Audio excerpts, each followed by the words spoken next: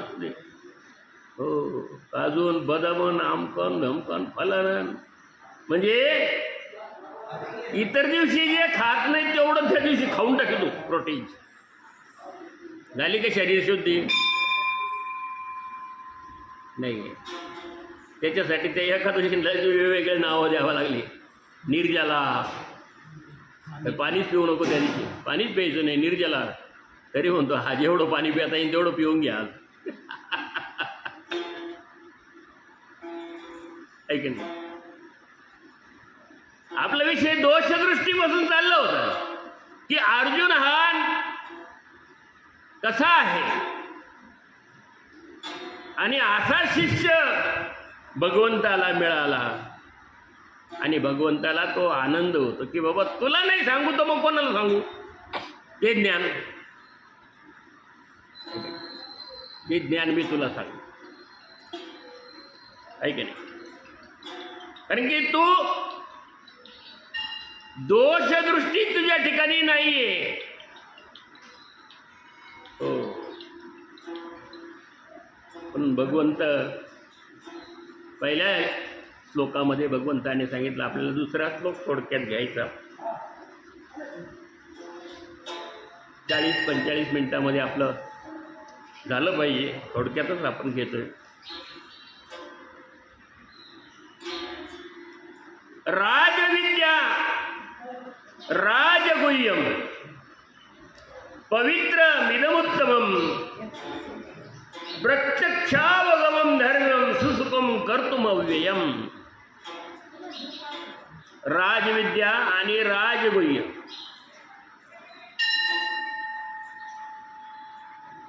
पवित्रम इदम आणि उत्तमम असं म्हटलंय. प्रत्यक्षावगमं धर्म कर्तु सुसकम अव्ययम. राजविद्या म्हणजे काय? विद्या किती आहेत,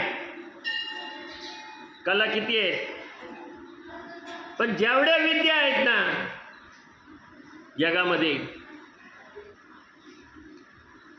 या सर्व विद्यांचा राजा, जसं आपल्या देशाचा राजा जो आहे तो सगळं राज्य चालवतो, त्याला जशी किंमत, सगळ्यात श्रेष्ठ तो राजा. तसं जेवढ्या विद्या आहेत, जेवढं ज्ञान आहे,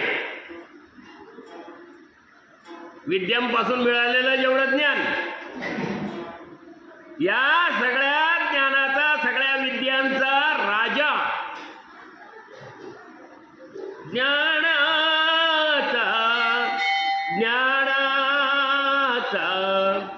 ज्ञानाचा सागर, ज्ञानाचा ज्ञानाचा सागर, सखा माझा ज्ञानेश्वर, सखा माझा ज्ञानेश्वर, ज्ञानाचा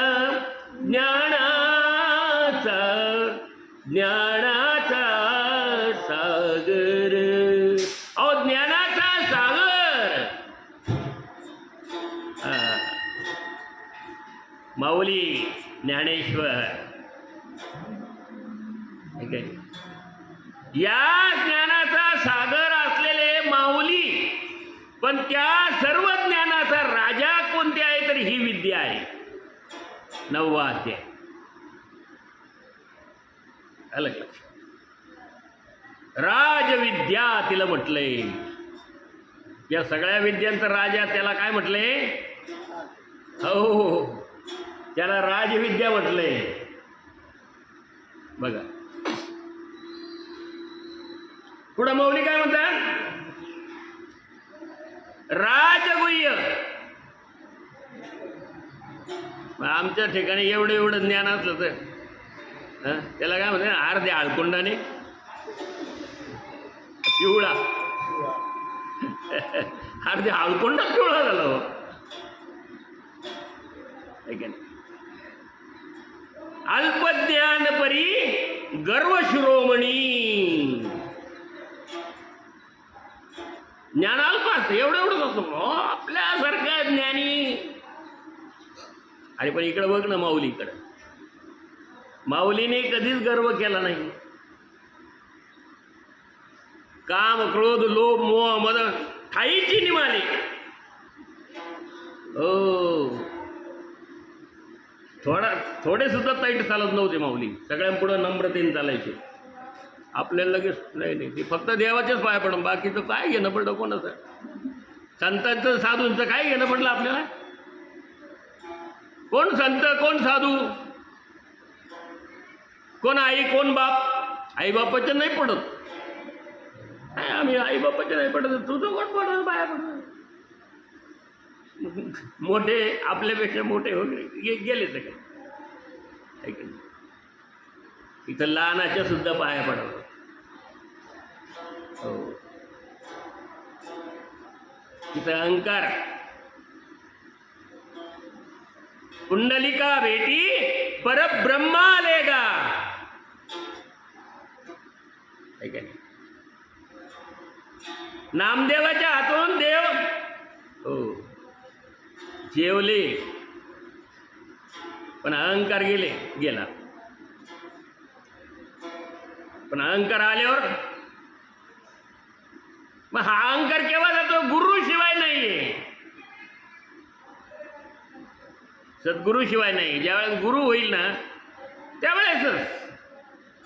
तसा त्याचा अहंकारच जात नाही. लोकांच्या गळ्यात पुष्कळ माळा असत, गुरु कोण आहे? कसला आला गुरु? घातली माळ दुसरी, त्याला किंमत नाही बाबा.